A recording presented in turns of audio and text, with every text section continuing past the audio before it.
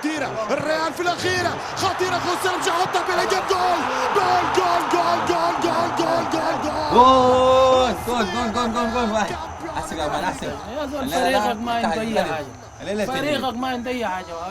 انت حاجة انا ما غلط يا زول ما عنده اي شيء. ده فريق لك، ده فريق لك تشجعه. ده ما فريق ولا اي حاجه، ده فريق حمام زي ما عنده. حمام عندك غلبك. لا ما غالبني ولا اي حاجه. انت هتشوف كوره ما انتهى. ده فريق انت تشجعه ما عنده اي شيء، فريق ما عنده اي حاجه. مالكم يا ولاد، مالكم بتشتغلوا في شنو؟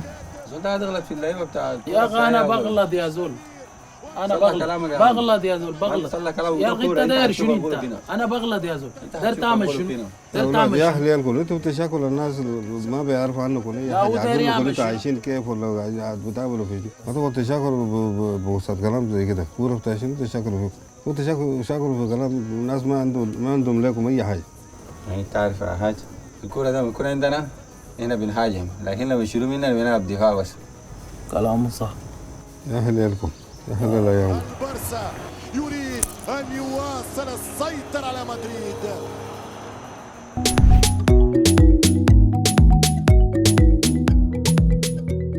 أجمل شعب وأطيب شعب، سلام لكم. أتمنى إنك تسمع وجيب أعضائنا قريب عشان ندي لك رسالة سمحة. هنتكلم عن موضوع بتاعت الاستقطاب. فرق تسد وأمة منقسمة على ذاتها، النتيجة التلقائية لها هي الخراب. طبعا في الوقت الحالي كلنا نعرف جدا إن السودان ممزق، ومشكلته الرئيسية كان بيحارب عدو من الخارج. المصيبة الأكبر إن الداخل هو اللي بيحارب.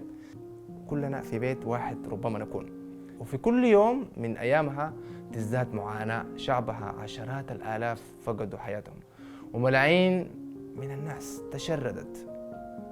لجأنا لحتت تانية، لجوء غير شرعي وحروب. وليه كل ده؟ الإجابة الصراع بتاع نفرين هو اللي أدى لأنه يكون في مشاكل كثيرة.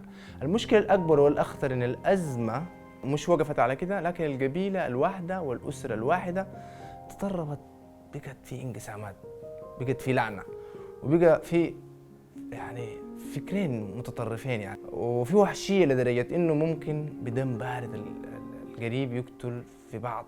يعني بقينا نقتل في بعض. طيب وليه إحنا بنعمل كده؟ ومن المستفيد من الحاجة ده؟ الحقيقة لما بقعد براي كده أشوف سوداننا، بلدنا السودان، كنا بنحظى بيها يعني من بقية الدول العالم، أبكي حقيقة. يعني ليه إحنا كده؟ أرض فيها الذهب. أنا عارف إنه في ولايات الردمية بتاعت الزلط مردومة به تراب فيه من الذهب، فيه زراعة، فيه خير، فيه محاصيل تفوق جودتها. بيوتنا وحاجاتنا مليانة بالخير والرحمة والبركة.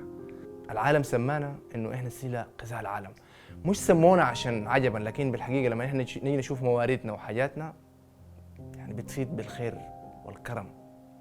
تصورت حال مملكة يعني سيدنا في مجدها، سيدنا سليمان في مجده وعظمتها وغنائها.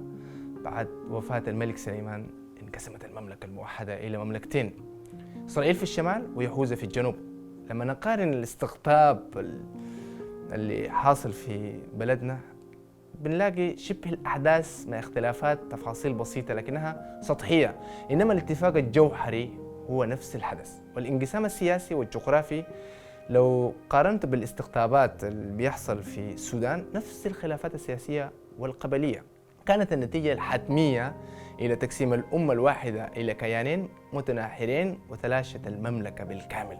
وتبدل الحال إن إسرائيل بعد ما كانت مملكة محط انتظار العالم، ما في ما يوازيها في الغنى والحكمة والمكانة لوضع مأسوف عليه حتى الآن. عشان كده يبقى الأمل الوحيد اللي نفكر فيه إننا من أجل بلدنا نتحد ونتفق، حتى لو بدل الاتفاق يكون بين أسرتين أو نفرين بيحبوا بلده. يعني هل في أمل السودان يكون واحد؟ نعم، وبقوة إيمان أستطيع أن أقول، لكن الإيمان بدون أعمال ما عنده أي قيمة. احنا محتاجين نؤمن إنه حنتوحد ونعمل خطوات يكون في سلام. جسد بلا حياة. عشان كده إيماننا بأن السودان يرجع لازم يكون في خطوات عملية. أولاً الخطوات العالية المفروض أعملها ممكن يكون مصدر قوتنا الصلاة. وهي الأساس في أي محاولة للمصالحة والسلام. ربما نعجز ببشريتنا، لكن الله اللي إحنا بنطلب إنه بدعائنا بصلواتنا أكيد هو قادر إنه يعمل السلام. الصلاة من أجل القادة ومن أجل جميع أفراد المجتمع. الصلاة قوة حقيقية تقدر تساعد فتح القلوب والعقول للحكمة والإرشاد الإلهي. نمرة 2، وشيء مهم جدا، المحبة.